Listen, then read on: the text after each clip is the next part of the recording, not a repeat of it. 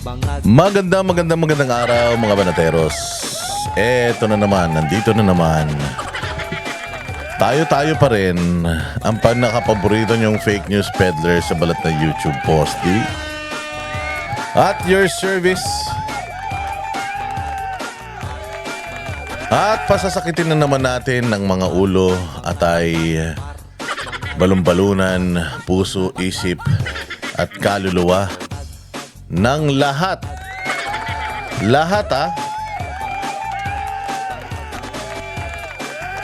Lahat ng mga kupal sa Pilipinas, mga animal, bisit, pabigat, walang silbi, switik, salot, putok sa buho, hindot, palamunin, sintu, baliw, abnoy, sabog, batag, bangag, adik, pusher, kawatan, kurakot, pagdanakaw, sindikato, membro ng kuratong baliling sa gobyerno. Lahat ng mga impakto, maligno, masasamang espiritu, mga aswang sa lipunan, lahat ng mga demonyo, Satanas, Judas, Barabas, Hestas. Kamusta naman kayo mga boss? Ay bago ang lahat mga bossing, panatilihin po or lambing lamang po. Sana po kayo po ay mag-subscribe sa ating dalawang YouTube channel. Ito pong Boss Dada TV at syempre ang Boss Dada 2.0. Andiyan dyan po sa taas. Ayan, syempre follow din kayo sa Vox Populi, SMNI, Banateros, lahat ng mga Banateros brothers, mag-follow po kayo at ang ating Facebook pages. Dalawa po yan. Boss Dada TV, Facebook pages, follow, subscribe po kayo dyan and share po ninyo yung mga videos natin dyan, mga testimonials natin dyan, mga status natin dyan, mga tawag dyan, mga image card natin dyan. Importante po yan. Kailangan nating i-counter mga bossing ang black propaganda and negative propaganda ng mainstream media, mga bayaran, mga propagandista ng mga komunista at mga magnanakaw sa Pilipinas. Kailangan tapatan yan ng mga vlogger na tapat sa bayan at hindi nababayaran. Maraming salamat mga bossing sa lagi ninyong pagpatnubay. Magano na tayo, magbali-balitaan na tayo mga bossing ha, kasi medyo light lang tayo ngayon. Ipakikita ko lang sa inyo ang mga nangyayari sa bayang Pilipinas. Syempre weekend ngayon, kailangan medyo kalmado lang tayo. Maaga pa naman, hindi tayo nag-upload ng personal video natin kahapon. Pero salamat dahil pinapanood nyo pa rin yung mga ina-upload ko. Basta in-upload ko yan, ibig sabihin importante yan. Importante yan sa kamalayan natin. Lalong-lalo na importante yan sa bayang Pilipinas. Kaya kung ano may i-upload natin dito, papanoorin ninyo dahil sigurado may matututunan kayo. Ngayon, dito tayo ngayon sa mga nangyayari sa bayang Pilipinas. Very light lang tayo. Wala tayo masyadong aawayin ngayon. Pero kukupalin madami. Ayan, ito na nga ang history ng Pilipinas. Nandirito na naman tayo, sadsad ang piso, ang dolyar, 60 pesos per $1. Kung noong panahon ng tatay ng tolongges na presidente natin na si Marcos Sr. magnanakaw, mamamatay tao. Sabi nila 1:1 daw. Magkasing lakas ang piso at ang dolyar. Tapos biglang ngayon sa panahon ng kanyang anak na pinakawalang kwentang tao sa balat ng lupa, pinakabobong presidente sa buong mundo. Pinakamababa ang piso, pinakamataas ang dolyar at 60 pesos 60 pesos per $1. Ano bang nito? Ano bang epekto nito sa atin? Mabigat ito. Kasi marami tayong kinakaharap ngayon. May kinakaharap tayong gera sa Middle East. At yung resulta ng gera na yon, hindi lang Pilipinas, buong mundo naranasan yung pagtaas ng presyo ng diesel o gasolina. Tumaas yung presyo niyan. Ano ba ang pinambibili natin ng gasolina? Ang pinambibili natin ng gasolina, dolyar. Dolyar, ha? So, ibig sabihin, mas tataas yung ating ilalabas ng pera pagka tayo ay magpaparating dito ng gasolina. Nagigets nyo? Oh, so meron na tayong problema, sobrang taas na nga ng meron na ngang kakulangan ng ng langis dahil nga putang ina nitong mga naggegera diyan sa ewan ko. Hindi nila patayin yung isa't isa, bakit tinitira nila yung mga kanya-kanyang mga oil refinery? So ibig sabihin talaga itong gera na to, gera ng Israel and America versus Iran, talagang nakafocus ito saan? Sa langis. Palagay ko talaga plano nilang kubkubin itong bansang Iran na ito dahil ang Iran ang pangalawa sa pinakamayaman sa langis na bansa. Diyan daw sa Iran, pag nagukay ka daw sa likod bahay mo, makakahukay ka ng langis, ganun daw karami ang langis, abundant sa langis, yang yung lugar na yan. At alam natin kapag ang Amerika sumama sa isang away na wala naman dapat siyang interest, ang layo-layo niya. Alam natin na meron siyang pakay diyan. At yun na nga ang nakikita natin na pakay niya, langis. So sinisira nila yung langis ng bawat isa. Binomba yung langisan ng Iran, binomba ng Iran yung sa Qatar. So yun na, problema. Ang taas na, ang hirap na, ang konti na ng nagsisirculate na langis. So tumaas siya. Ito pa ang pinakamasama. Ang pinakamasama, yung pambili ng langis natin, which is peso, kino-convert natin sa dollars. Yung dollars ngayon, lumakas, yung piso natin bumaba. So kailangan nating bumuo ng 60 piraso na piso para lang makabuo tayo ng isang pirasong dolyar. At yung isang pirasong dolyar na yun yung pinambibili natin ng langis. Napakakonting langis nun. So in order for us to get more na langis, kailangan natin ng napakaraming mga piso para mabuo itong napakaraming mga dolyar na ito. Pambayad natin dyan. Ibig sabihin, dahil wala tayong sariling mina ng langis, wala tayong kailangan nating gumastos para bumili sa labas. Ang pinanggagastos natin dyan, pera. Dollars. Ganun din, pag bumili tayo ng bigas sa Vietnam, at may shortage tayo ng bigas dito, dollars din ang pinambabayad natin. Pag bumili tayo ng kung anumang commodity, yung ini-import natin from outside, papasok, dollars ang binabayad natin. So kung napakalaki nung ibinabayad natin para makakuha tayo ng produkto na ibibenta natin dito sa Pilipinas, ibig sabihin, mas mahal yung presyo nung mga mabibili natin dito sa Pilipinas. Mahal na nga ang presyo ng langis, mahal na nga ang gasolina at diesel, tapos mahal pa yung bumagsak pa ang halaga ng pera natin. O pababa tayo ng pababa. So yung purchasing power ng ating pera humihina ng humihina habang yung pera ng Amerika lumalakas ng lumalakas. Dahil yung pera ng Amerika yung ginagamit natin pambayad ng mga bagay-bagay para pumasok dito sa atin, ipapatong din nila yan sa mga consumer. So ibig sabihin, magmamahal na ang presyo ng gasolina, nagmahal na, magmamahal pa pati yung mga basic commodities natin, bigas, gulay, sibuyas, bawang, sili, baboy, manok, baka, lahat yan. Dahil hindi naman natin nasusuportahan yung agrikultura natin, hindi naman natin nasusuportahan yung ating pangangailangan internal, kaya ayan. So bibili tayo sa labas, pagbili natin sa labas, pagdating dito, mas mahal na. So napaka-importante talaga nitong balita na ito. Bagamat sabi nga nila, maganda ito para sa mga OFW. Kasi mga nagtatrabaho sa abroad, ang sweldo naman nila dollars. So, mas malaki yung value ng sinusweldo nila kapag ipinadala nila dito sa Pilipinas. Pero ganun din. Lumaki nga yung pera nila.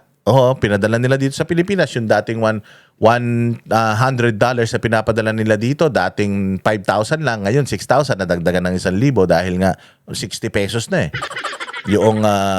yung piso kontra dolyar.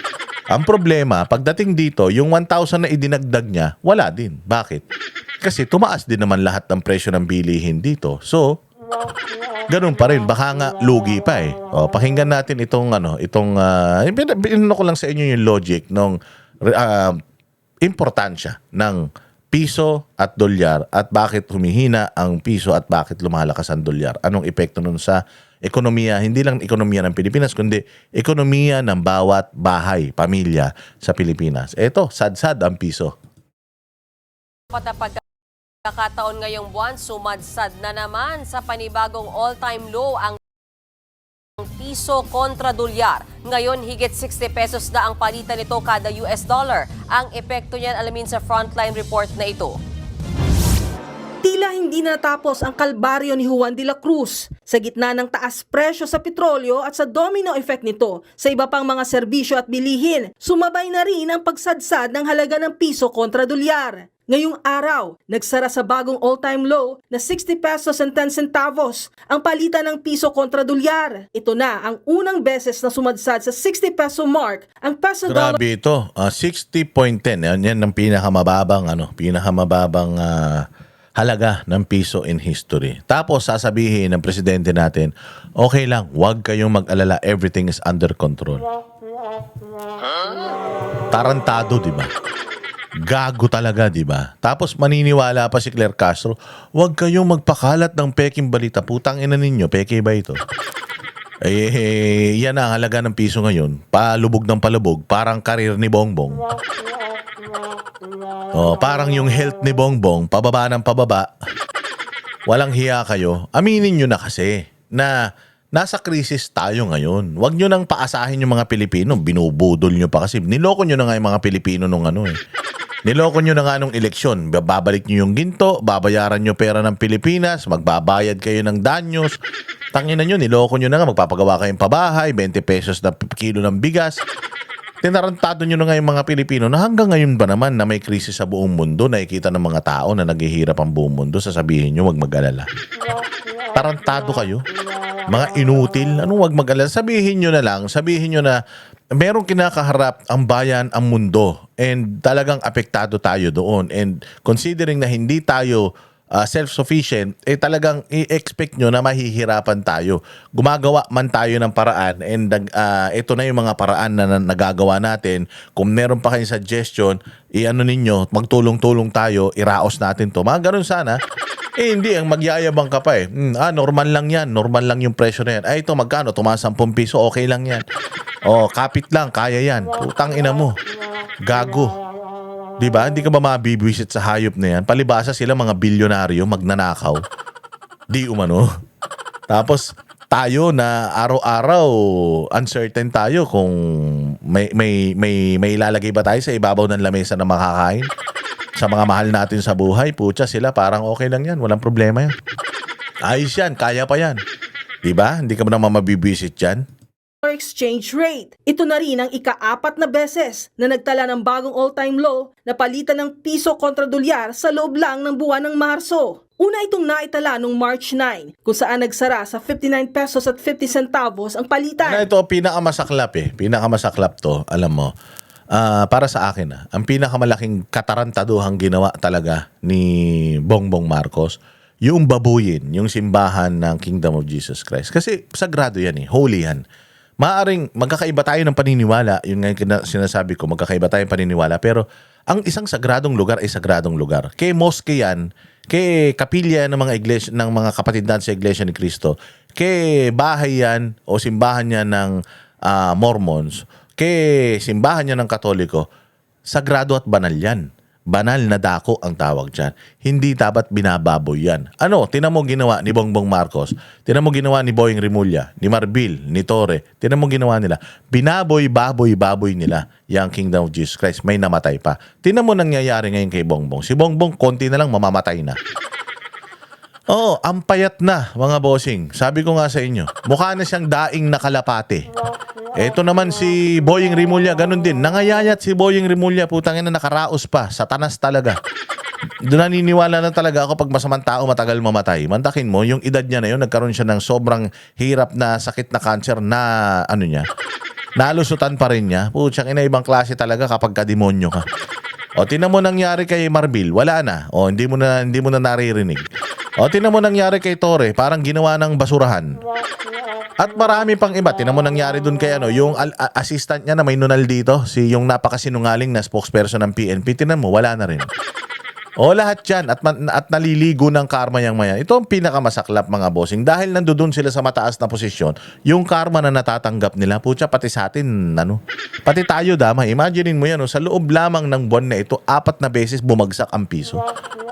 Sa buwan lang na ito, nagkaroon pa ng gera tapos may shortage ngayon ng langis. Tapos kita mo yung mga nangyayari ngayon, dami ng pera na ninakaw nila, lumalabas lahat. So, tayo talaga yung direktang apektado nitong karma nitong mga hayop na ito eh. Pero alam ko naman na mahal tayo ng Diyos at hindi tayo pababayaan. Sila lang ang pababayaan. Dasal lang tayo mga bossing. Sumakto ito sa kasagsagan ng pag-atake ng puwersa ng Amerika at Israel sa Iran na nagsimula noong February 28. Paliwanag ng isang ekonomista, unang tatamaan nito ay ang mga produktong inaangkat ng bansa, lalo na ang petrolyo. Ang problema, US dollar kasi ang ginagamit sa bentahan nito sa pandaigdigang merkado at sa paghina ng halaga ng piso, lalong mahal ang presyo ng langis. Iba pa ito sa usapin ng naiipit na supply dahil sa tensyon sa Strait of Hormuz. Well, considering na net importer ang Pilipinas, Yun, yung sinasabi ko kanina, importer tayo. And ang pinambabayad natin every time we purchase something outside is dollars. Dollars. At ganito kataas ang dollars. So, yari tayo. O mataas na nga ang presyo ng diesel, gasolina dahil nga sa gera, tapos yung pambili pa natin, bumabagsak pa yung halaga ng piso, wala na mangyayari sa atin. So imagine ninyo kung gaano tumaas yung presyo ng gasolina dito at lahat ng mga apektado ng mga produkto sa Pilipinas, gumagamit yan ng gasolina, delivery, gumagamit yan ng gasolina. So ipapatong yan lahat doon sa produkto, 'di ba? So tataas yan. Hindi lang 10 piso, hindi lang 20 pesos. Baka more than 30, more than 40 pesos yung itataas ng mga basic na pangangailangan natin dito sa Pilipinas. So struggling na nga tayo doon sa noong normal pa ang presyo, struggling na ang mga Pilipino. Imaginein mo kung mas tataas pa yung presyo, tapos tayo, hindi naman tumataas yung mga sweldo ng mga manggagawang Pilipino. Ano mangyayari sa mga sa pamilya natin? Ano mangyayari sa mga anak natin? Ano mangyayari sa buhay natin? Kung noong normal, hirap na hirap tayo, what more ngayon na hindi normal? Tapos sasabihin ng bugok na presidente natin, everything is under control. Everything is normal. What is normal with this? Alam mo, ang normal dito, kami ang abnormal, ikaw. Ikaw, tsaka si Claire Castro, kayo ang abnormal. Pati ang taga-DTI na yan, yung babaeng putang ina niyan, out of touch. Pare-parehas kayong mga abnormal. no, mas marami ang kailangan nating dolyar na kailangan nating bilhin para makatawid tayo ng mga ini-import natin. Ang petrolyo, ang presyo ng petrolyo ay umaakyat.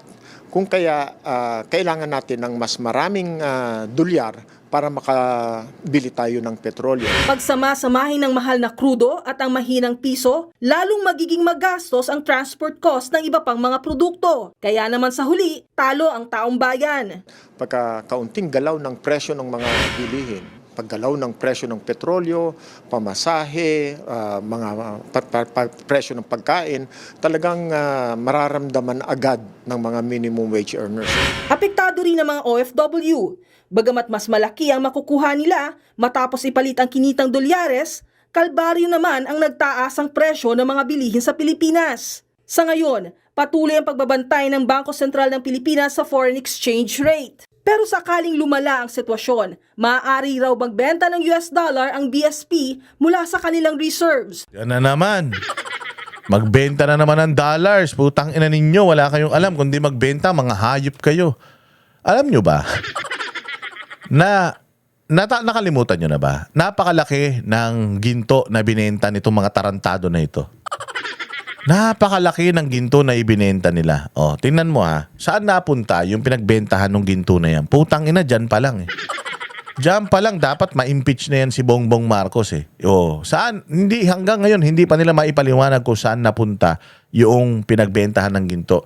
Pinakamarami tayong, sa buong I think buong Asia, pinakamarami tayong ibinentang ginto.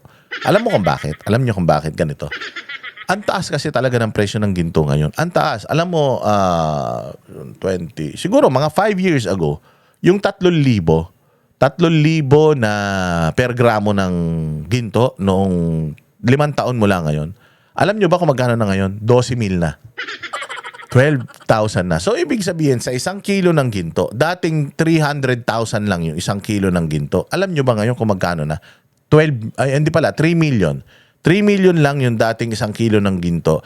Ngayon, 12 million na 1 kilo ng 24 karat na ginto. Ganun na kamahal ang ginto. Ngayon, nasilaw ito mga putang inang mga taga-gobyerno. Ay, ang taas ng presyo ng ginto ngayon. Magbenta tayo ng ginto. Gago. Tumataas ang ginto, hindi ibig sabihin, ibibenta mo yung ginto. Bakit? Kasi magkakaroon ka nga ng pera, mawawalan ka naman ng ginto. Now, pag kailangan mo na ng ginto at bibili ka, ganun na kataas, lugi ka na, tanga. Bobo mga putang ina. Oo, ganyan, yan yung mali sa mga taong nag-i-invest eh. O, di ba? Ako, nag-invest ako sa ginto. O, nag-invest ako sa ginto, tapos sasabihin ko sa sarili ko na, nako, pag in-invest ko tong ginto na to, kailangan, pag nagmahal yung ginto, ibebenta ko na. Hindi yun dapat ganun. Dapat kung hindi mo kailangan ng pera, kung wala ka namang paggagamitan, yung ininvest mo na ginto, kahit gaano pa kataas yan, itago mo lang. Itago mo lang kasi sa panahon na pangangailangan mo, yung ginto na yan, baka mas mataas na yung presyo na yan, magagamit mo yung ginto. Pero yung halimbawa, bumili ka ng ginto ngayon, o bibili ako ng ginto ngayon, mura pa, para pag tumaas yung ginto, yung pera ko, yung ginto ko, ibibenta ko na, kumita na ako. Tanga ka. Tanga ka. O, asan mo gagamitin yung pera na yan? Yung kinita mo, dyan sa pinagbentahan mo ng ginto. Kung halimbawa, kumita ka na. Saan mo gagamitin? Wala. Basta lang, binenta ko lang, at least kumita na ako. O, hindi gago ka. Wala kang paggagamitan, binenta mo, hindi mauubos yung pera mo, lugi ka pa rin. Kailangan pag nag-invest ka, talagang ilalagay mo yung pera mo doon and i-keep mo yun hanggang sa oras na pangangailangan mo. Kapag oras na kailangan mo, kung ngayon 12,000 na ang 12 million na 1 kilo ng ginto, may 1 kilo ka ng ginto ngayon, inano mo pa siya, itinago mo pa siya, hindi, nagkasakit ka, kailangan mo ng pera, kailangan mo ng pampagamot, sige, ibibenta ko na tong ginto na to dahil wala na akong pagkukunan. By then, 20 pesos na yung kilo ng ginto o 20 million na yung kilo ng ginto o di, mas mapapakinabangan mo yung investment mo. Kesa naman, mag-i-invest ka, pag tumaas yung value, ibibenta mo, tapos aantayin mo ulit bumaba yung value bago ka bumili ulit. Para kumita ka. Mali yun. Ano kayo, seminar kayo sa akin pagdating sa investment. Para mapabagal ang pagsadsad ng So ganyan, ginagawa ng gobyerno natin. Tumaas daw kasi yung presyo ng ginto, kaya nagbenta sila ng ginto. Tanungin mo, saan napunta yung, okay lang man sa akin, magbenta tayo ng ginto. Kasi lahat naman ng bansa nagbebenta ng ginto. Pero meron silang ginagawa doon sa pinagbentahan. Alam mo, pinagawa ng ospital, ng tulay, ganito, ganyan, pinambayad sa utang. Okay man yun. Pero tinatanong natin, saan yung perang pinagbentahan ng ginto, saan ginamit? Hanggang ngayon, hindi pa yan sinasagot ng Bangko Sentral.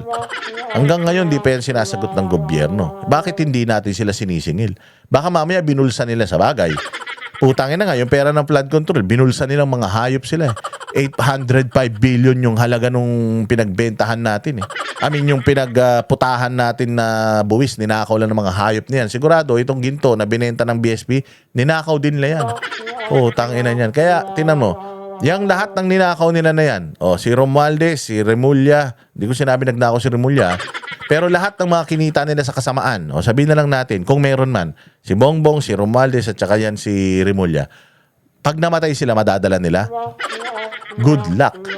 No amount of dollars, money, gold will save your souls. No amount of money can prolong your life. Kung hanggang dyan na lang ang buhay mo dahil sa karma mo, hanggang dyan na lang yung buhay mo. Kahit lunukin mo ng lunukin lahat ng pera araw-araw, hindi mo yan dadalhin sa impyerno kung saan ka mapupunta. Tandaan mo yan. halaga ng piso. Nagbabalita mula sa front. Yan so ito pa yung isang balita natin patungkol naman sa excise tax na sinasabi nilang ano ba ang magiging epekto nitong special powers ni Bongbong, dahil si Bongbong, sabi ko nga sa inyo, nagkaroon siya ng special power pero wala naman siyang utak. Hindi niya alam kung anong gagawin niya doon sa Hindi niya alam kung anong gagawin niya sa special power na gustong ibigay sa kanya. Ito, pakinggan natin yung excise tax suspension. Ano ba ang benepisyo nito sa atin? Yan kasi yung nila, yung sinasabi nilang aalisin nila yung excise tax na yan. Alisin nila para medyo bumaba. Ano naman yan Wala namang kwenta yan. Magkano lang naman ibababa. Kung halimbawa alisin yan, ang tumaas ang gasolina natin, 100% ang itinaas eh. O, tapos bababa, 3 piso, 2 piso. Malaking tulong na rin naman yun, okay na rin naman yun, 2 piso is 2 piso. Pero kung titingnan mo, wala pa rin. Wala pa rin mga bossing. Hirap pa rin tayo at mas mahihirapan pa tayo. Pakinggan ninyo to. Ang laking debate ngayon kung dapat bang suspindihin o bawasan yung excise taxes sa langis. Ang laki po kasi ng patong ng buwis na yan sa mga produktong petrolyo. Sa bawat litro po ng gasolina na inyong bibilhin, 10 piso sa binabayad ninyo ay excise tax. Sa diesel naman, 6 na piso. Oh, so 10 pesos. Oh, so kung magkano? 111. 111 minus 10, 101. Malaki na rin bagay yun. 10,000.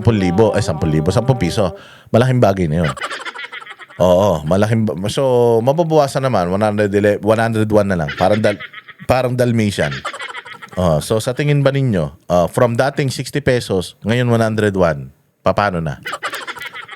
Malaking tulong ba yun sa atin o hindi? Wala rin. Parang di rin natin naramdaman. Buti sana kung nabawas mga 40%, yan. At least kahit papano, konti na lang yung i-adjust natin. Pero 10 pesos nabawas sa 111, naging 101 na lang, dating 60 pesos. Wala. Mahirap yan mga boss. So po yan kada litro. At iba pa, yung value added tax o yung VAT. Kaya't napaka-popular na mga panawagan na tanggalin muna ang excise tax na yan sa mga produktong petrolyo. Pag tanggalin kasi yan, bagsak agad ang presyo ng gasolina ng 10 piso kada litro. Sa diesel naman, babagsak po yan ng 6 na piso kada litro. Instantly po yan. Katunayan nga, binigyan na ng Kongreso ang Pangulo ng otoridad na suspindihin yung excise taxes na yan habang merong krisis sa langis. Pero kung ganun, bakit po may mga ekonomistang tutol sa pagsuspindi o pagtanggal ng excise taxes sa langis? Halimbawa, ayon sa economic think tank na Action for Economic Reforms, nakikinabang naman ang lahat ng mga tao pagsuspindihin ang excise taxes. Pero ito po, ang talagang makikinabang dyan ng lubos-lubos ay ang mayayaman kesa sa yung mahihirap. Tingnan po natin ang datos na ayon sa grupo ay galing mismo sa Department of Finance taong 2021. Kung tatanggalin mo po ang excise taxes sa langis, ano ang matitipid ng nasa bottom 10% po ng income bracket? Ito po yung nasa talagang mahihirap na swerteng kumita ng 130,000 per year o 10,000 kada buwan. Magkano po?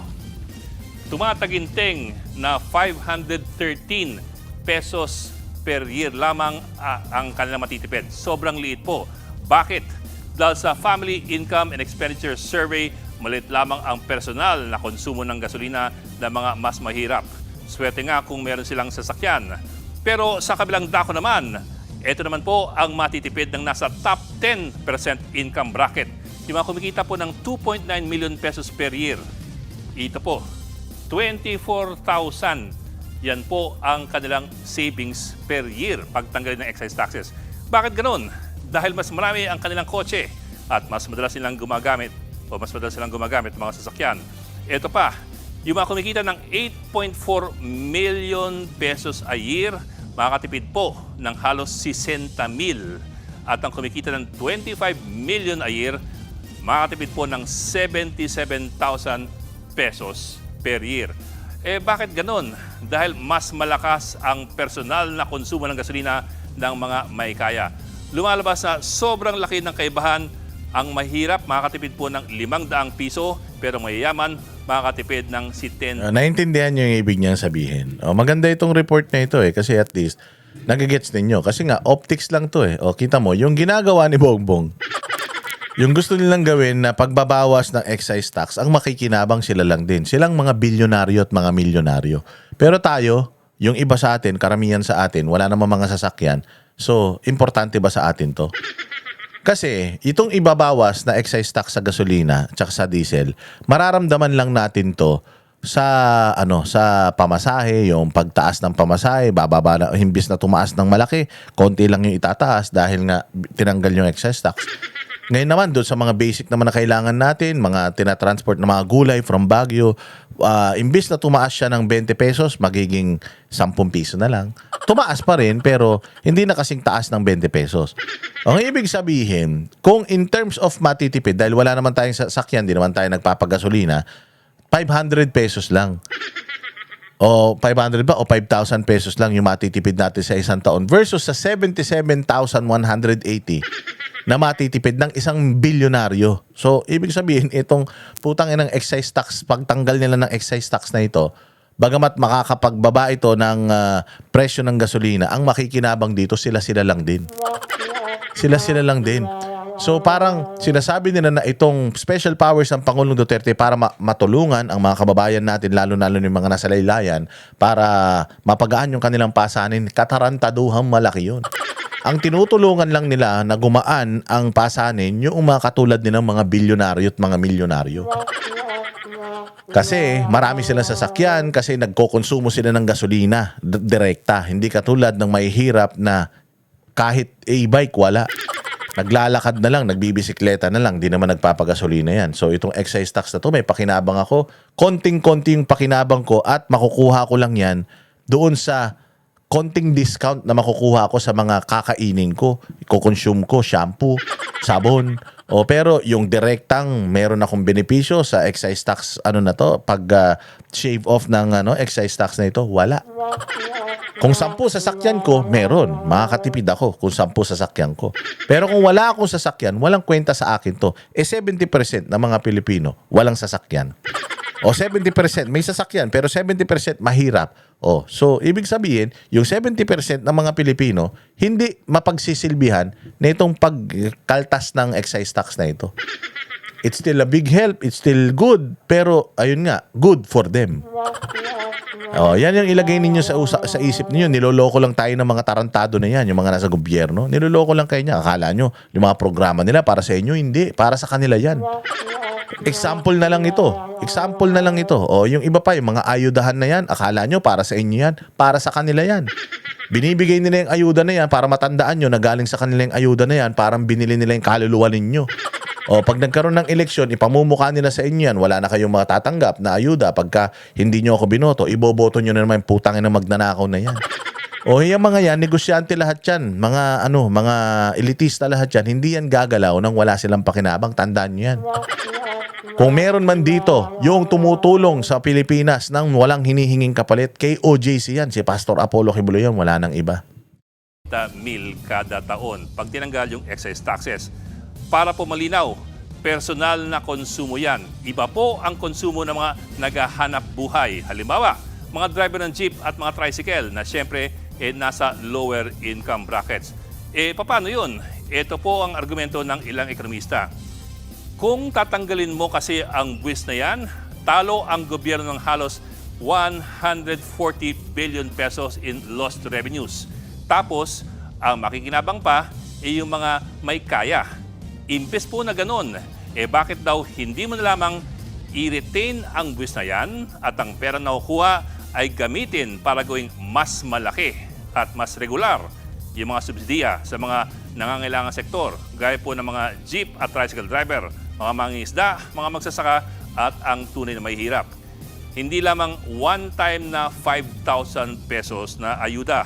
Kumbaga, talagang targeted subsidies para sa mga piling sektor. Imbes po na tulong para sa lahat ng sektor, pero ang mas may pakinabang lamang pala ay ang hindi nangangailangan. Yun yung sinasabi ko sa inyo. Yan ang problema ng party list system. Yan ang problema ng party list system. Supposedly yung party list system, naka-focus sila doon sa sektor na nangangailangan talaga. Pero ginagawa nila, yung sektor na yan, ginagamit nila para makapunta sila sa posisyon. Tapos pagdating nila sa posisyon, pucha, mamumuliti ka, magnanakaw. Tingnan mo si Ridon. Di ba?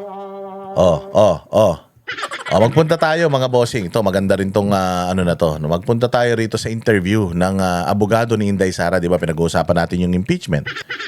Eto, pag-uusapan natin to mga bossing. Yung sa impeachment ni VP Sara. Ito, pasok. Nation na sinasabi. Kasi nga pag-usapan niya, sinagot po ni Chairman na kahit na mag-resign siya, mukhang itutuloy ito kung gugustuhin po ng majority ng mga members. ano ho ba yung resignation aspect na ito sa panig po ng Vice Presidente para humatigil na ito and then hindi humantong eventually nga sa usaping political na ang decision dito sa kahantungan ng kanyang impeachment? Opo, yung punto po ng resignation ay hindi namin napag-uusapan ng Vice Presidente, no? Because ang Vice Presidente natin, sa pagkakakilala ko sa kanya at sa mga naging pag-uusap namin, ang iniisip niya parati ay yung 32 million na mga kababayan Oh, bakit magre-resign si Inday Sara? Bakit siya magre-resign? Pinagre-resign kasi siya nito mga putang ina, mga dilawan, mga loyalista. Para daw hindi siya ma-impeach. Tapos sabi naman ng Congress, kahit mag-resign siya, ipa-impeach pa rin namin siya. Tanga-tanga din talaga itong mga... Ano pa ipa-impeach mo kung resign na nga, wala na siya sa posisyon. Political naman ang impeachment. Ang impeachment, ano ba ang ano niyan? Ano ba ang sentensya pagka ikaw ay na-impeach? Halimbawa, na-impeach ka sa Senado, ano ba? Matatanggal ka sa posisyon, tapos madidisqualify ka sa posisyon, tapos hindi ka na pwedeng tumakbo sa kahit na anong posisyon sa gobyerno. O hindi ka na pwedeng maging secretary, any position in the government, hindi ka na pwedeng makakuha. Makukulong ka ba pag na-impeach ka? Hindi. Makukulong ka pa lang kapag na-impeach ka, tapos yung kaso mo umakyat sa ombudsman, yung ombudsman kinasuhan ka, and then yung Sandigan Bayan dinesisyonan yung kaso mo. Kasi may immunity ang isang impeachable official. O lalong-lalo na ang presidente at saka ang vice-presidente, merong immunity yan from suit. Pwede mo lang silang tanggalin sa posisyon, pero yung kaso na kung gusto mo silang makulong, kailangan ombudsman, Sandigan Bayan at mga korte natin sa Pilipinas yung magsisentensya sa kanila. So itong impeachment na ito, kung aalis na si Inday Sara, bakit mo pa siya i-impeach? Umalis na nga siya, tanga. Yun nga yung ultimate na magiging sentensya mo kapag na-impeach ka, matatanggal ka sa posisyon. So sino pang tatanggalin ninyo kung umalis na siya? Hindi ba? Dapat nga sabihin ni Luis Tro kung halimbawa nag-resign si Inday Sara, hahabulin pa rin namin siya kasi may mga kaso siya sa itong kaso na ito, yung ebidensya namin ibibigay namin sa ombudsman and then pakakasuhan namin siya sa ombudsman. Kasi hindi pwedeng kung nagnakaw ka sa pera ng taong bayan, walang kulong yan. Hindi pwedeng impeachment lang yan. Kailangan merong may kulong yan. At least ganun. Hindi Mga bobo ba kayo? At saka si Inday Sara binoto yan ng 32 million. Bakit sa tingin ninyo, kayo ang magdidesisyon para sa kanya? Ulul. Nakita nyo ba yung dami ng tao nagmamahal sa kanya? Nakita nyo ba yung nagpunta kami doon sa simbahan, nagmisa kami nung isang taon ng pagkakakulong ni Pangulong Duterte? Nakita nyo ba nagkagulo sa simbahan? Nakita nyo ba sa ayudahan ni Bongbong Marcos, namimigay na ng pera si Bongbong Marcos dyan, putsang sinisigaw, Duterte pa rin. Nakita nyo ba? Tapos magre-resign siya. Nek-nek nyo, yan yung gusto nyo mangyari, mag-resign siya. Pero no. Hindi siya magre-resign kasi hindi naman siya i-impeach at magiging presidente siya sa 2028. Kaya kayo mga buwaka ng ina ninyo dyan sa Kongreso, humanda kayo. natin na bumoto sa kanya. So, yung resignation, that's really not on the table at this point. Hindi namin napag-uusapan po talaga yan. So tayo, ano lang tayo, kumbaga, kung ito man ay hahantong sa Senado, lalaban lang po tayo doon at papakita natin na talagang baseless itong mga nireklamo laban sa kanya. Hindi ho ba sabi nga, maghaharap ng ebidensya ang mga complainants and then yung ilang pong kongresista na naging endorser ng complaints. Kayo ho ba maghaharap din kayo, di ba, ng inyong ebidensya, testigo, supposed to be?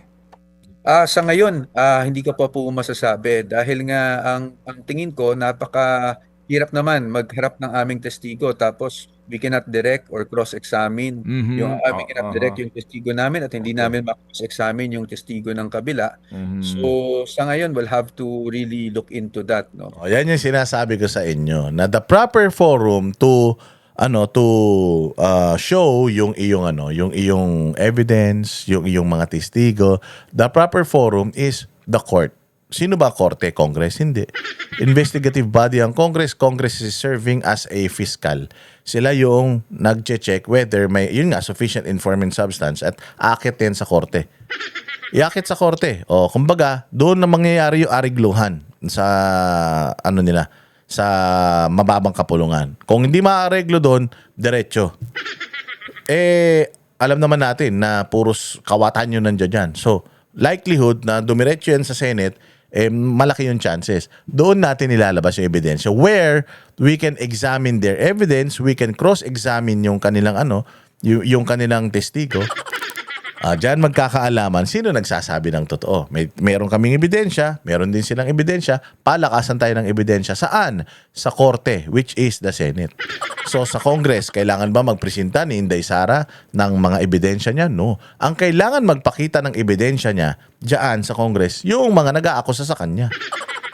Kung sa tingin ng Kongreso, yung mga inaakusa sa kanya, sufficient, okay itong ebidensya, iakyat nyo ng Senado. Doon tayo maglalaban-laban. Tingnan muna natin kung ano ang takbo ng mga hearings. Nasa inyo bang kaisipan na gawing testigo si Toby Chanco?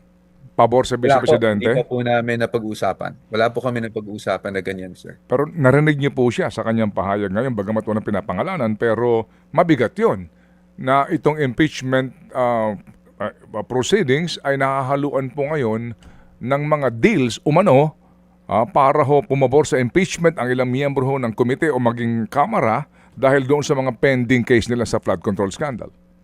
Opo, narinig na rin na po natin yung mga balita na yan, pero katulad ng sinasabi po namin na we are opposing yung mga speculations na nilagay nila sa impeachment complaints nila, I myself and the defense team would not also want to speculate kung totoo o mali yun.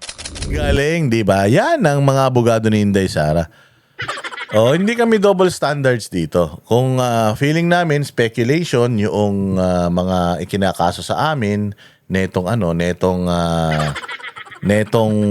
Congress, yung mga congressman, mga kung sino-sino, spekulasyon yan. So kung si Toby Chanco may sinasabi, para sa akin, hindi porket pabor sa amin yan, gagamitin na namin, no? For us, ang speculation is speculation. Ang tingin ko, kay pabor sa amin yan, yung sinasabi ni Toby Chanco, spekulasyon yan hanggang di siya maglalabas ng ebidensya. Kasi, Toby Chanco, yaw-yaw ka ng yaw-yaw dyan, maglabas ka ng ebidensya. Tapos, i-file mo sa proper forum yung ebidensya mo. Hindi yung yaw-yaw ka lang ng yaw-yaw dyan. Walang may tutulong yan. Magulo na yung mundo, lalo mo pang ginugulo. Kung gusto mo talagang tumulong, meron kang ebidensya, alam mo naman yan, hindi ka nagpapapogi lang dyan. Ilabas mo yung ebidensya, ipakita mo. Tapos katulad nung ginawa nung 18 Marines, may mga ebidensya, hindi lang yaw-yaw. Meron silang legit at meron silang pinangahawakan na mga bagay-bagay, kaya yung kanilang reklamo, yung kanilang expose, may bilang. Yung sa'yo, puro salita ka lang. Puro ka, ako sa kay ganito, ako sa kay ganyan, pero may pinapakita kang prueba ng akusasyon mo na yan, wala naman. Sinasabi mo lang, hindi, alam ko yan, congressman ako, alam ko yan, wag sila magsinungaling, hindi may pwedeng ganun. Pag pumunta ka sa korte, tapos sabi mo, hindi, alam ko yan, nasa konsensya nyo, walang ganun, walang konsensya tao. Pagdating sa kasalanan, maniwala ka. Ito, pakinggan naman natin mga bossing, yung fishing expedition ng Congress. Ito, pakinggan ninyo. Sabi ko nga sa inyo, di ba? Ang mga nag-aakusa, dapat sila ang maglabas ng ebidensya. Tingnan nyo, kung may ebidensya sila, aamin sila dito, wala silang ebidensya. Ma'am, hindi ho ba ang mga grounds po para po sa impeachment ni VP Sara kasama yung unexplained wealth at saka daw po yung violations sa SAL-N, di po ba? That is correct, Manong Ted. Okay. Ang claim po ng kampo ni VP Sara, na dito po sa aligasyon na ito, wala ngang ultimate facts. At ito nga daw po based on speculation and built on conclusion. Ano ho ang hawak ng komite based on the complaint na may nagpapatunay na totoo pong merong unexplained wealth ang BP at maging merong mga irregularidad sa kanyang SAL-N? Ayan tinanong, ano pong meron kayong ebidensya? Kasi kayo po ay nag-aakusa. So ano po yung ebidensya sa kanilang akusasyon? Di ba? Halimbawa, kung ako, meron kaming ebidensya. Yung property sa ganito, yung property sa ganyan, yung property sa ganon, yung property sa ganyan, sa SAL-in niya, hindi kasi nakadeklara yan eh. So kapag hindi nakadeklara sa SAL-in mo yan, nakaw na yaman yan. Lalong-lalo na, nakakuha tayo ng kopya ng mga titulo ng property na yan, nakita natin nasa pangalan nila mag-asawa. So kung nasa pangalan nila mag-asawa, tas wala sa salin nila, o wala sa deklarasyon nila, ibig sabihin, ill-gotten yan. O misdeclared or misrepresented yung kanilang pinangahawakan na dokumento or yung salin o yung isinapubliko nila. Buti kung ganon. Tingnan ninyo kung ano meron sila. Well, right now, Manong Ted, no? Ang hawak lang natin ay yung naging manifestation ni Congressman Ridon. So ang hawak lang nila is yung manifestation ni Ridon. Yung mga sinasabi ni Ridon, yung mga lumalabas sa bibig ni Ridon, nothing more, nothing less. May hard evidence? Wala. How can you establish a reasonable doubt kung wala naman pala kayong hard evidence, meron lang pala kayong yaw-yaw? So, ayan yung sinasabi natin na, do I have to submit to you? Or do I have to submit my evidence to prove na may katotohanan yung sinasabi mo? No. Ikaw ang magpakita sa akin ng ebidensya and I will prove to you that your evidence is fake. This is what we have at maglabanan tayo ng ebidensya. Certified ito ng mga ahensya ng gobyerno. So siya mismo umamin na wala talaga silang ebidensya. O paano tatakbo to?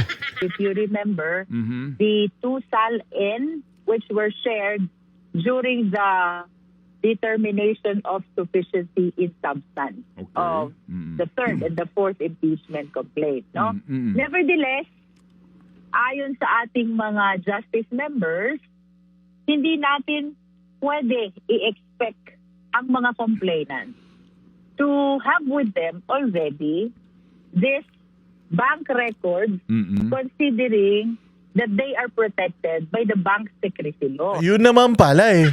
Wala kayong bank record. Wala naman pala kayong pinangahawakan. Meron lang kayong speculation.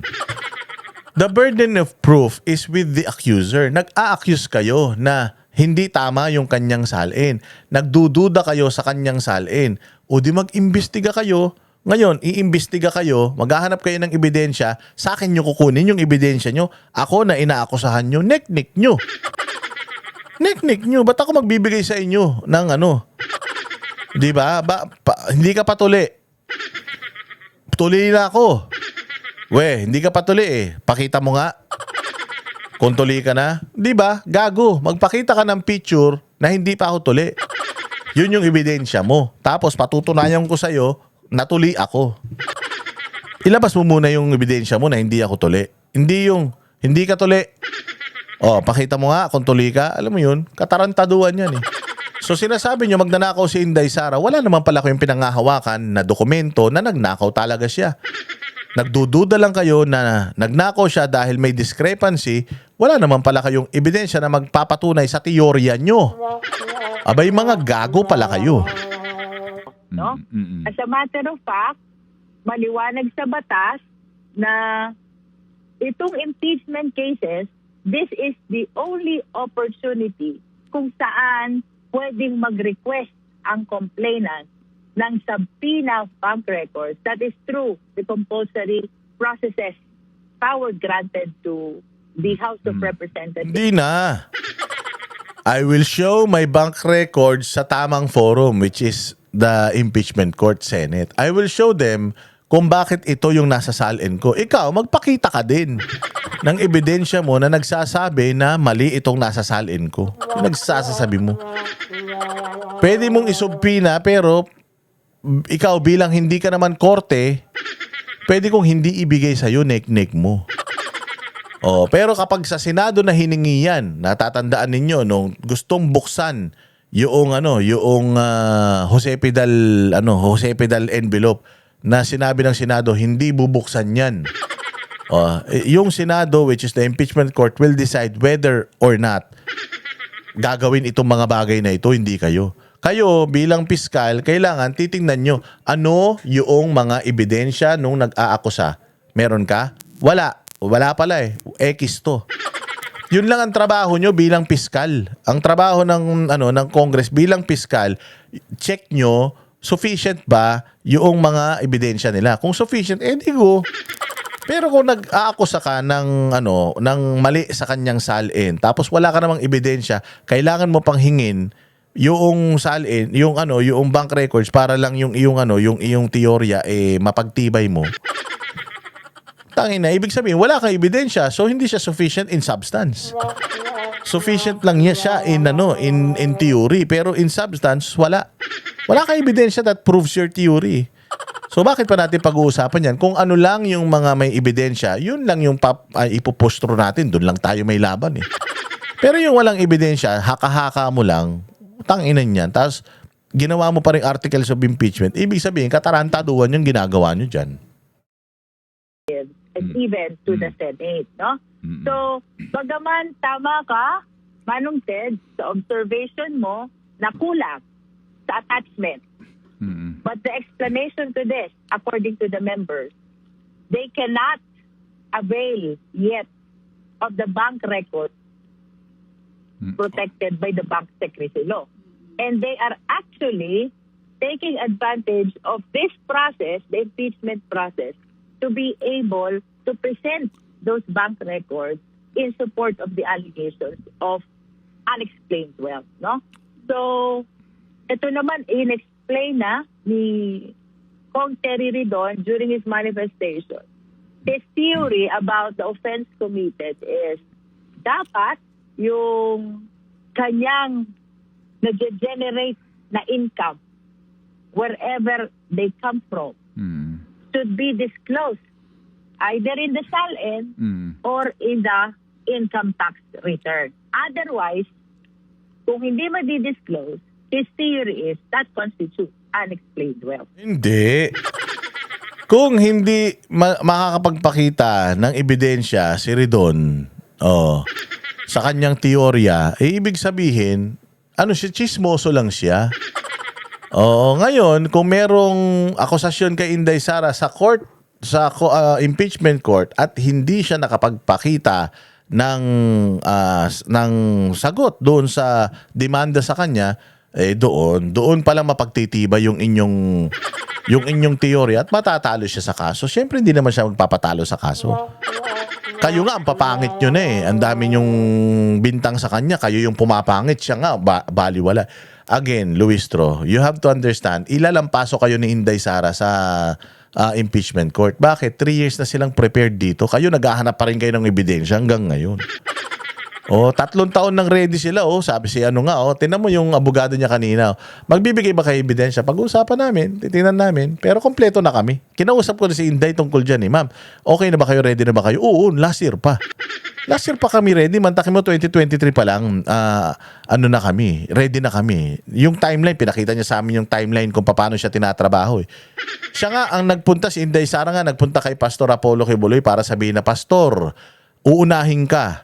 Titirahin yung SMNI, tapos bubuhayin yung mga kaso mo, tapos yung tatay ko ICC, tapos ako impeachment. Matagal pa yun. 2023 pa lang, sinabi niya na yun kay Pastor. Alam na ni Inday Sara lahat yung mga galawan nyo. Kala nyo naman ngayon lang yan. Hindi, no? Kayo ang hindi handa. Si Inday handang-handa na. Sabi nga niya, last year pa, bloodbath eh. I want a bloodbath. Gusto ko nga magpunta dyan sa Senado para magkapahiyaan kami. Again, kung ikaw wala kang tinatago, hindi ka takot. Tapos si Inday Sara, is she delaying it? Hindi. Ready na siya for a bloodbath.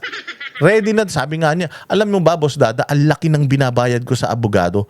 Hirap na rin ako sa pambayad sa mga abogado 2023 pa lang, ready na kami. Since then, binabayaran ko na lahat yan. Kaya gusto ko magkaroon na ng trial para yung binabayad ko sa kanila, magkaroon naman ng silbi. Bayad ko yung mga yan since then until now. Kaya nga gusto ko mag-push-through. Kung mag-push-through, kung madismiss na para hindi na ako magbayad ng mga abogado. Ready si Inday Sara, Luistro. Kala mo naman nakakatakot ka. Hindi ka nagbabayad ng utang mo kapal ng mukha mo. Sinisingil ka nga kapal-kapal ng mukha mo. Hanggang ngayon hindi ka pa rin nagbabayad. Tanginan yan. Di umano nakatanggap kayo ng maleta. Mano ba naman bawasan mo yung tinanggap mo dun na 8 million. Mabayaran man lang ni Inday yung mga abogado niya. Para, yan, ambag-ambag din. Kapag ka nakagamit ka ng serbisyo, binabayaran yung serbisyo, hindi thank you yun. Kapal-kapal ng mga mukha nyo. Opo. Pero ma'am, para lang medyo ma-fortify pa po natin ang inyo pong katwiran dito sa isyong ito. if I may just again ask you, doon sa sinasabi ng mga abogado ni VP Sara na ang proseso kasi evidence muna bago ang hearing. No, so lumalabas daw po na sa ngayon ang Justice Committee ay naghahanap pa lang ng ebidensya sa particular na grounds na ito na unexplained wealth at yung SALN violation. O bakit daw po kumbaga hindi man lang nagpakita ng katibayan tungkol dito at ito na agad dinesisyonan na may grounds dito po sa particular na allegation na ito. Again, ma'am, please. Let us remember, Manong Ted, no? There are 5 steps. 5 steps before the Justice Committee to complete the impeachment proceeding, no? Yung evidence na may be required dito is just reasonable amount of evidence. It is not substantial evidence. It is not probable cause. Lalo namang hindi proof beyond reasonable doubt. Yun naman pala So umamin na rin sila na wala pa naman sila doon sa kasi kung makabintang na sila kay Inday, kala mo may ginawa na si Inday. Inamin niya na itong steps na itong ginagawa nila is not determining whether the person is guilty beyond reasonable doubt. Tinitingnan lang namin kung meron ba silang enough na evidence for this to stand in court. Yun lang. Oh, so they have enough evidence for it for the case to stand in court. Pero hindi siya parang masasabi mo na guilty beyond reasonable doubt itong inaakusahan nila. Oh, so yun naman pala bakit kung makabintang kayo kay Inday parang totoong-totoo na may mga kasalanan siya. Sinasabi nyo lang pala na matibay yung mga akusasyon sa kanya pero hindi natin alam kung totoo ba yung akusasyon sa kanya. Pinapaikot-ikot nyo pa Sabi ko nga sa inyo, hindi kayo makakalusot sa amin No? As a matter of fact, to be specific, nowhere in the rules will you see the amount of evidence required. The only parameter is, according to the Supreme Court, it depends on the exclusive judgment of the justice members whether the complaint on its face and on its attachment can be declared as sufficient in form and in substance. No? Wala pa po tayo sa trial, wala pa po tayo sa determination. Ayun naman pala wala pa sa trial, wala pa sa determination whether itong mga evidence is true. Bakit parang kung makapag-press con kayo, parang putang ina, guilty na si Inday Sara? Samantalahin nyo na yung pagpipress con nyo dyan kasi pagdating dun sa Senado, patay kayo lahat dun. Sa liig lahat ang tama nyo ron. Kasi pag naglabas si Inday Sara ng pagkarami-rami niyang ebidensya, walang hiya. Mapapahiya kayo lahat. Baka naman pwede bayad mo na yung utang mo of probable cause. Kaya ang sabi ko po kahapon sa ating opening statement, hindi po ito paglilitis. We are just trying to find reasons which will justify the continuation of our impeachment proceeding. No? So granting na wala pang bank records, granting that the SALN available to the committee is the 2 SALN which were manifested, shared by Congressman Ridon, we took note of the fact that these bank records cannot be availed of yet by the complainant. As a matter of fact, they need to make use or explore the compulsory power of the Justice Committee to be able to avail themselves of these bank records and present them before us in support of the allegations of unexplained wealth. So wala. So suma total, ang ibig niyan sabihin, walang ebidensyang hawak si Ridon, kaya humihingi pa sila ng ebidensya. At ibig sabihin, itong Committee on Justice na ito, hindi naman kailangang sagutin nila Inday Sara. Kasi whether Inday Sara likes it or not, itong itong Committee on Justice na ito, dadalhin yan sa plenaryo at kung ma-impeach itong si VP Sara sa Congress, wala siyang choice but to defend herself sa totoong korte, which is the impeachment court. So, yung ginawa nila VP Sara na hindi nagbigay ng mga ebidensya rito, strategically, ano ba yon? Maganda ba? Strategically yon? Yes. Bakit? Kasi nga, pupunta sila sa pag na-impeach si Inday Sara dito sa Congress, pupunta sila sa hearing sa Senado nang wala silang mga dalang baril. Oo, makikipaggera sila na wala silang mga dalang bala. Wala silang mga dalang baril. Si Inday Sara para siyang Iran. Oo. Para siyang Iran na habang nakikipag-negotiate siya sa Amerika, habang pinatutunayan niya sa Amerika na wala siyang ginagawang masama, naghahanda na siya sa gera. Naghahanda na si Israel sa gera.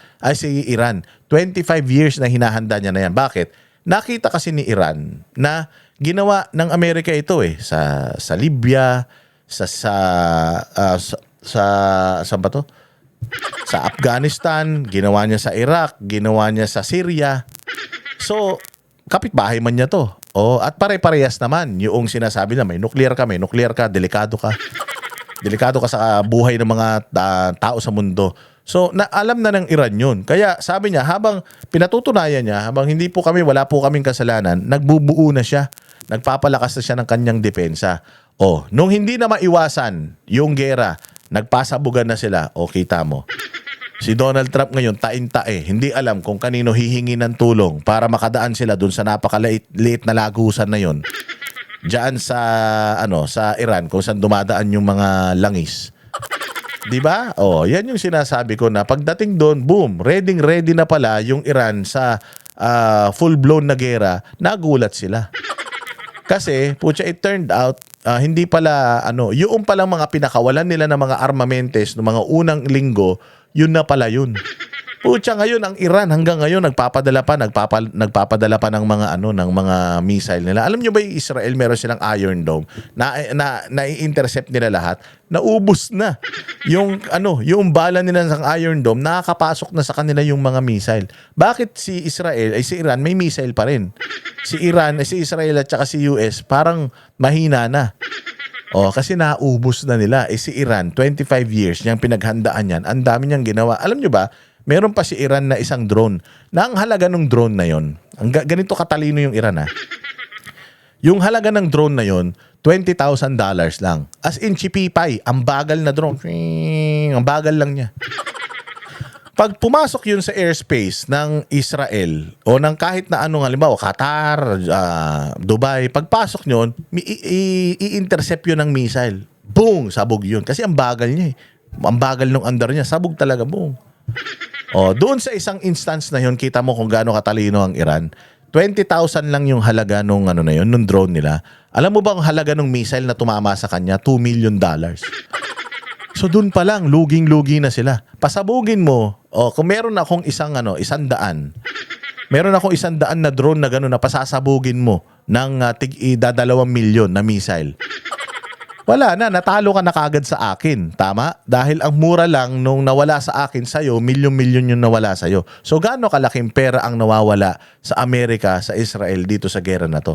Pinaghandaan yan ng Iran lahat. Pinaghandaan ng Iran lahat yan for 25 years. Ganon din si Inday Sara dito sa gera na ito na haharapin niya dyan sa Senado. Habang nagsasalita lahat na itong mga congressman, collect ng kamalian ng lahat ng mga ito. Habang nagkakandara pa silang humaghanap ng ebidensya, si Inday Sara, alam niya na kung ano yung articles of impeachment, alam na ni Inday Sara kung paano niya ipagtatanggol yung sarili niya pagdating ng gera. Lahat ng missile ng mga tuubos na, si Inday Sara, nagpapakawala pa. At pagdating ng dulo, maa-acquit si Inday Sara, magiging presidente ng Pilipinas, itong mga buwaka ng ina nito, lahat yan makukulong. Tandaan niyo yan. Isa pa, gusto ko lang pong i-congratulate si Pastor Apollo C. Kibuloy ng batiin lang natin siya ng 52nd anniversary of the anointing of the appointed Son of God. Yan. Ganda ng kwento niyan. Napakaganda ng kwento nito, mga bossing. Itong anointing sa kanya. Ano pa siya hindi pa siya Kingdom of Jesus Christ noon. Hindi pa siya KOJC. Narinig namin to sa mga members ng KOJC, mga administrators at nakita na rin namin to, meron siyang isang maliit na museum diyan sa Tamayong sa Prayer Mountain nila. Nandoon yung mga memorabilia o yung mga ginamit niya nung simula pa nung siya nagsisimula pa lang sa kanyang bukasyon. Nandiyan lahat yung mga sasakyan na ginamit niya. Ngayon mga bossing, itong anointing na to 52 years ago, hindi pa siya Kingdom of Jesus Christ kasi ang Kingdom of Jesus Christ para mga 41 years pa lang talaga yan so ano siya, hindi ako sure pero yan yung nasa UPC pa siya, iba pa simbahan niya nun. Tapos nagpi-preach siya sa isang maliit na simbahan nila, maliit lang, kahoy lang. Tapos yun yung unang parang pangitain sa kanya. Ayan. Yan yung binuhusan siya ng langis. Tapos buong katawan niya, and then humalimuyak ang amoy bango ng parang libo-libong rosas ang amoy kakaibang amoy, sobrang bango at parang lumalabas yun sa kanyang katawan at sa kanyang mga damit, kahit daw yung mga damit niyang nakatiklop. Tumagal daw yun, yung amoy na yun, yung halimuyak na yun ng mga ilang buwan. Yun yung unang bumaba ang ulap at unang parang nagpangitain sa kanya ang ama. Galing. Paganda, mahaba yung story yan Mahaba yung story yan. Siyempre, sabi ko nga sa inyo, isang malalim na paniniwala yan. And I want to greet Pastor Apollo Kibuloy, 52nd anniversary of the anointing of the appointed Son of God. At syempre binabati rin natin ang lahat ng mga taga KOJC dahil alam ko na sineselebrate nila ito. Syempre, ang tingin nila kay Pastor Apollo Kibuloy ay kanilang ama. And we are lucky, we are happy, and we are proud na hindi man kami member ng KOJC, talagang family ang turingan namin at mahal namin ang isa't isa. Maraming salamat sa KOJC. Syempre, kay Pastor Kibuloy sa tiwala na ibinigay niya. Sabi ko nga sa inyo, noong kami nagsisimula na mga banateros, basher kami ng ni Pastor Apollo Kibuloy. Basher kami ng Kingdom of Jesus. Kasi syempre may mga kanya-kanya tayong paniniwala, hindi ba? So if you want to respect yung paniniwala mo sa relihiyon, tabu kasi yan If you want to respect yung paniniwala mo, you also need to respect yung paniniwala ng ibang tao. Kahit na ang relihiyon natin, Muslim, Mormons ka, Christian ka, Katoliko ka, Iglesia ni Cristo ka, KOJC ka, basta ang importante naniniwala tayo na may Diyos. Hindi natin kailangan questionin yung paniniwala, yung faith ng bawat isa. Kasi sagrado yan and choice yan. Choice yan ng puso at ng kaluluwa mo. So, kailangan irespeto natin yan. So, nung mga panahon na yan, wala pa kami dyan. Talagang hindi namin nire-respeto, pero mababaw pa yung aming pagkakaintindi sa paniniwalang spiritual. At madalas yung minamata mo yung simbahan na hindi ka kaanib. Parang pag Iglesia ni Cristo, meron ka nasasabi. Pagka ibang simbahan, may nasasabi ka. Parang walang magaling sa'yo kundi yung simbahan mo. Until nakilala namin itong mga taga KOJC. Judgmental kami. Judgmental ako talaga pagdating kasi talagang pinaniniwalaan ko Katolisismo lang pero hindi rin naman malalim ang paniniwala ko. Pero syempre, simula bata ka, yun na yung religion mo, simbahan mo, doon ka pinanganak. So, yun yung pinaniniwalaan mo. And minsan, pagdating kasi sa faith, talagang ayaw mong tanggapin yung paniniwala sa'yo ng iba. Alam mo, ang gusto ko dito sa KOJC, hindi nila isinusubo sa'yo kung ano yung paniniwala nila. Sinasabi lang nila sa'yo kung ano yung kanilang paniniwala, pero hindi nila yan ipinipilit sa'yo. Hindi nila yan isinasaksak sa sa kokote mo. Naniniwala sila, nagkukwento sila, nagpapatotoo sila, pero hindi nila pinipilit sa iyo yung kanilang paniniwala. Yun ang nagustuhan ko sa kanila kasi sabi ko sa inyo, kaming lahat mga banatero, si Banat Bay, si Coach Oli, ano man yan, ano ba yung nila, ano ba yung simbahan nila, basta yung simbahan nila. May simbahan din silang iba. Siyempre si Master Judea, alam ko karamihan ng niya ng mga kamag-anak niya, puros mga INC. Tapos si Sir Jack Argota. Si Jack Argota, naniniwala yan. Flat Earth Society yan. Totoo. Naniniwala si Jack Argota na ang Earth ay hindi bilog. So, Scientologist yata yan, loko-loko na yan. So iba-iba talaga tayo ng paniniwala. Pero binapatikos namin to si Pastor Apollo Kibuloy, yung kanyang claim na siya ay appointed son of God. Inano namin. Pero pinaliwanag niya yun sa amin. Pinatawag niya kami, pumunta kami diyan. Tapos nag-usap kami. Ano bang mga tanong ninyo tungkol sa tungkol sa amin, sa akin, o anong tanong ninyo? So tinanong namin lahat 'yan. Yung pagbebenta, pagpa-fundraising nila, o yung saan nanggagaling yung kanilang yaman, kasi napakayaman talaga nila. Magugulat ka unang mo makikita yung ganda ng kanilang property. Saan nanggagaling yun? Tapos tinanong din namin yung appointed son of God, paano ba nangyari? Paano niya ba naisip na siya ang appointed son of God? Kinuwento niya yun sa amin. And sinabi nga niya na lahat naman tayo ay anak ng Diyos. Kasi kung hindi ka man anak ng Diyos, kanino kang anak? Anak ka ni Satanas, syempre ayaw mo naman. Diba? So syempre ako, mas gusto ko na yung maging son of God kesa maging son of Lucifer like Bongbong Marcos and Martin Romualdez. Diba?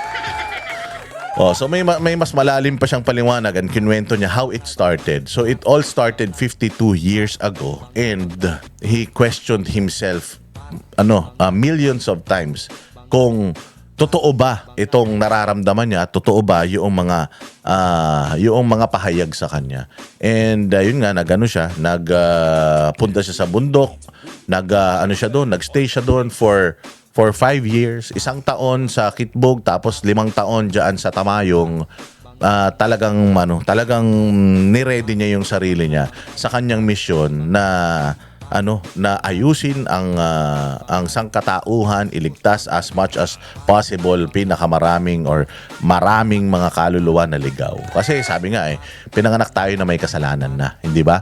Pinanganak tayo na mayroon ng serpent seed sa ating mga puso at isip.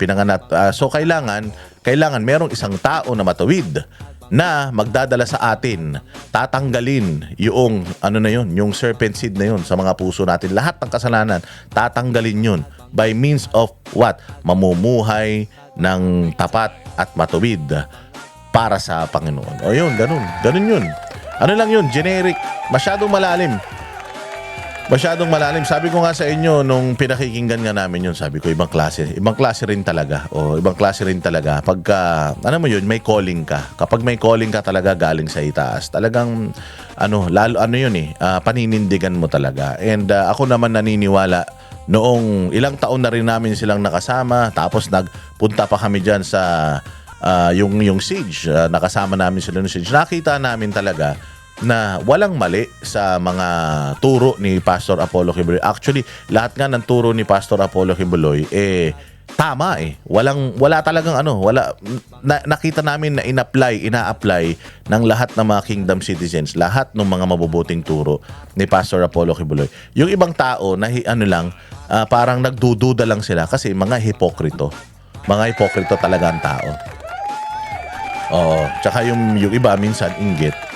But then again, sabi ko nga sa inyo, for how many years that we have been with KOJC, with Kingdom Citizens, at talaga namang pinakikitaan nila kami ng maayos. Never nila kaming in-invite na kung gusto nyo maging member na kayo, kung gusto ninyo magpabinyag na kayo. Walang ganun.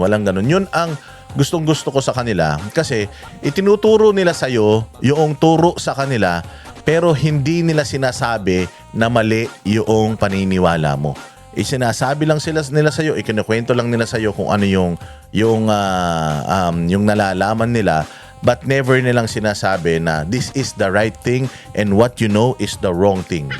Walang ganun, mga bossing. Kaya talagang taas ang kamay natin sa mga taga KOJC. Namumuhay sila ng payapa sa kanilang organisasyon, simbahan, denominasyon, namumuhay sila ng payapa.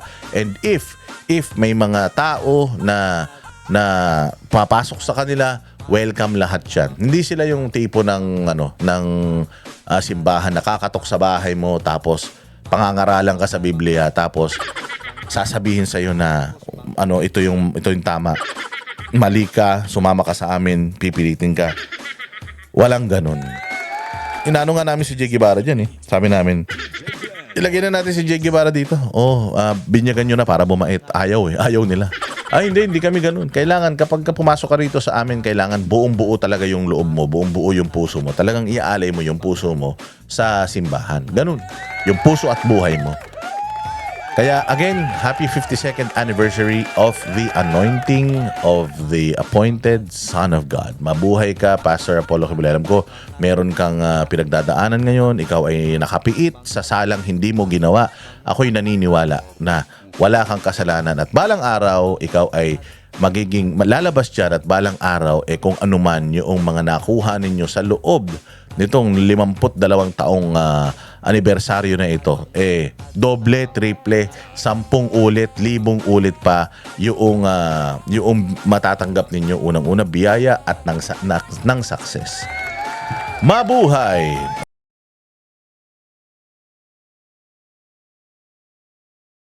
Kami ang boses ng masa, hindi natatakot. Katotohanan lang, di kami nalulunod. Walang bahid ng sismis, lahat ay totoo. Kahit sino ka pa, pag mali ka babanatan ka. Walang pinipili kulay, wala kaming kinikilingan. Basta para sa bayan, kami lalaban. Pagtama palakpakan, pag mali banatan. Di matitinag, di matatakot, para sa bayan tuloy ang sigaw. Sa harap ng kamera, walang halong takot. Mga baluktot, lahat kayo'y tutumba. Ang hustisya at totoo, yun lang ang mahalaga.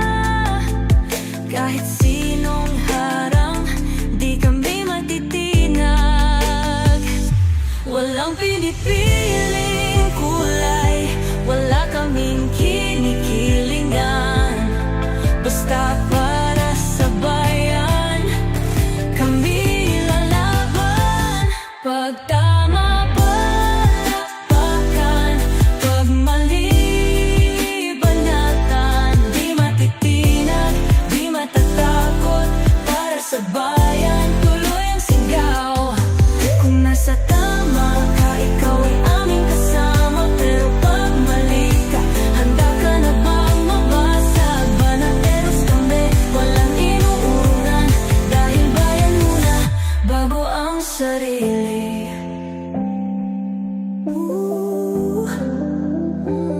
Bago ang sarili.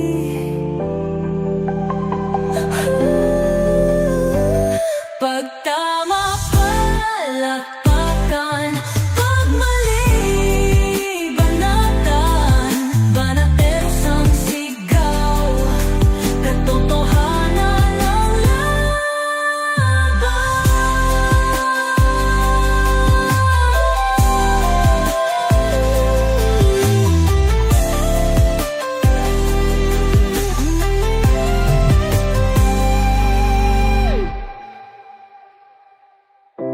Sa harap